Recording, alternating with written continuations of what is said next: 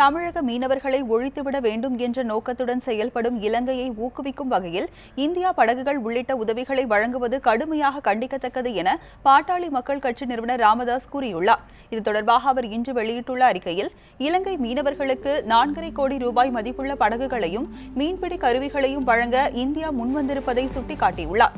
தமிழக மீனவர்களுக்கு தீமையை தவிர வேறு எதையும் செய்யாத இலங்கையை நல்லெண்ணம் கொண்ட நாடாக எப்படி பார்க்க முடியும் என்று ராமதாஸ் கேள்வி எழுப்பியுள்ளார்.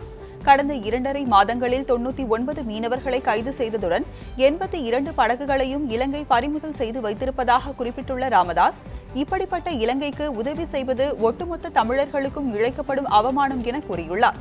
இந்திய அரசால் வழங்கப்படும் உதவிகள் முல்லைத்தீவில் உள்ள தமிழர்களுக்கு தான் வழங்கப்படும் என்பதற்கு எந்த உத்தரவாதமும் இல்லை என்று கூறியுள்ள ராமதாஸ், தமிழக மீனவர்களையும் படகுகளையும் விடுவித்தால் தான் இலங்கைக்கு உதவி செய்வது குறித்து சிந்திக்க வேண்டும் என்றும் தெரிவித்துள்ளார்.